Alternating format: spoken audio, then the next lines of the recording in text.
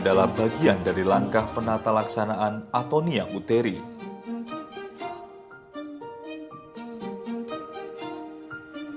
Langkah yang sederhana ini terbukti dapat menyelamatkan ibu, penolong berdiri di depan vulva.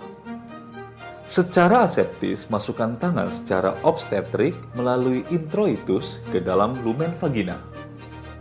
Ubah tangan obstetrik menjadi kepalan dan letakkan dataran punggung jari telunjuk hingga kelingking pada fornix anterior dan dorong segmen bawah uterus ke kranio anterior.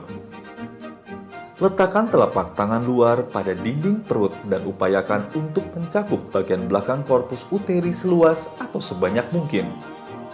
Lakukan kompresi uterus dengan jalan mendekatkan telapak tangan luar dengan kepalan tangan dalam pada fornix anterior. Bila pendarahan berhenti, pertahankan posisi demikian hingga kontraksi uterus membaik. Keluarkan perlahan-lahan tangan kanan dengan mengubah kepalan menjadi tangan obstetrik.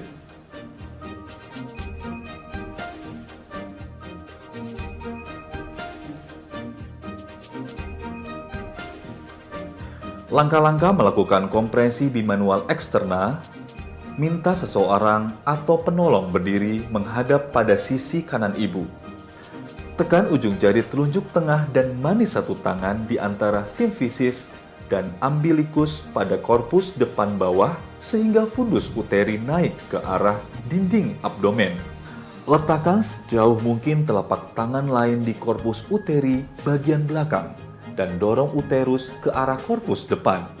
Geser perlahan-lahan ujung ketiga jari tangan pertama ke arah fundus, sehingga telapak tangan dapat menekan korpus uteri bagian depan.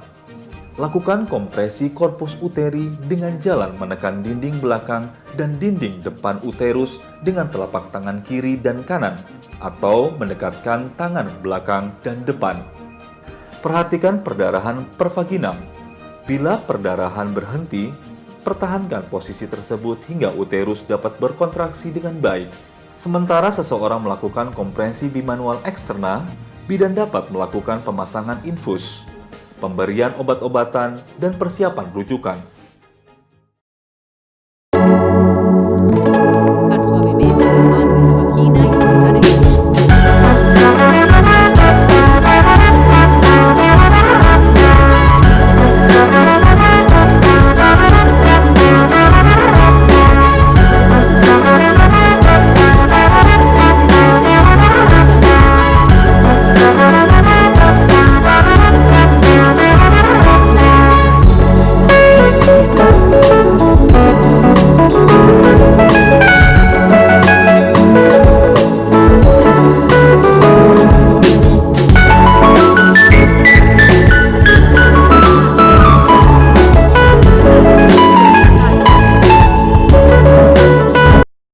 Kita ajarkan pada dokter umum maupun bidan, kompresi bimanual interna.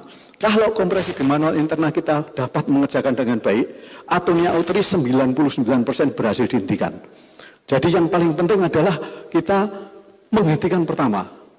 Tidak ada cairan yang diberikan berapapun tidak akan mencukupi tanpa dihentikan perdarahan. Jadi yang manajemen yang paling utama adalah menghentikan perdarahan dan resusitasi. Mana yang dulu? Dua-duanya kalau bisa langsung bareng ya. Jadi di samping menghentikan perdarahan, cairan dimasukkan dengan cepat. Ya, dengan kompresi bimanual interna kemungkinan akan memperbaiki keadaan dari ibu tersebut sehingga komplikasi yang terjadi dapat dikurangi. Kemudian yang ini kompresi bimanual eksterna, terus terang saja saya tidak, ya saya mengajarkan tapi saya tidak pernah mengerjakan kompresi bimanual eksterna, karena kompresi bimanual eksterna saya tidak pernah berhasil, karena rata-rata di ibu-ibu kita itu rezekinya banyak, sehingga kompresi bimanual saya megang uterus saja susahnya bukan main. Ya. Udah gitu kadang-kadang ada yang tidak banyak rezekinya, tapi begitu dibuka sudah gini-gini ya, ibunya geri, jadi susah. Jadi ini hanya untuk pengetahuan saja. Kemudian yang penting lagi adalah ini, kompresi aorta abdominalis yang tadi disebutkan dokter Yudi, bahwa dengan dikompresi dan tangan kita yang sebelahnya adalah meraba arteri femoralis, dengan dikompresi di atasnya udel di sini, dikompresi sampai mengenai ke kolumna vertebralis. Di depan kolumna vertebralis ada aorta. Makanya dengan dikompresi aortanya, aliran darah ke sini minimal sekali atau tidak dengan minimalnya atau tidak berdenyutnya yang masuk ke bawah, maka arteri femoralisnya sudah akan hilang denyutnya. Kalau denyut arteri femoralisnya hilang, maka artinya kompresi kita berhasil. Maka aliran yang ke bawah sangat berkurang sekali. Yang ini yang dikerjakan oleh yang disebutkan Dr. Nuswil tadi, bahwa kita kalau placenta akreta yang biasanya perdarahan yang terjadi 3 liter dengan diklaim aortanya sekarang kurang dari 1.500, cukup baik.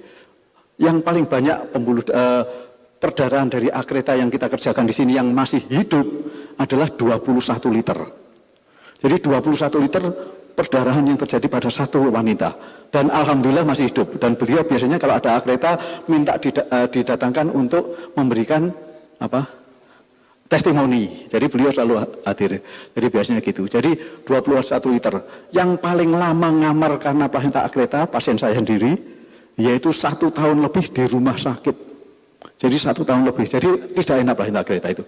Untungnya ada teman kita dari bedah vaskuler yang dapat melakukan klaim di sini tanpa kita diginikan. Jadi operasi lebih mudah dan morbiditas lebih sedikit. Kemudian setelah kita lakukan ternyata tidak berhasil, kita pakai tampon.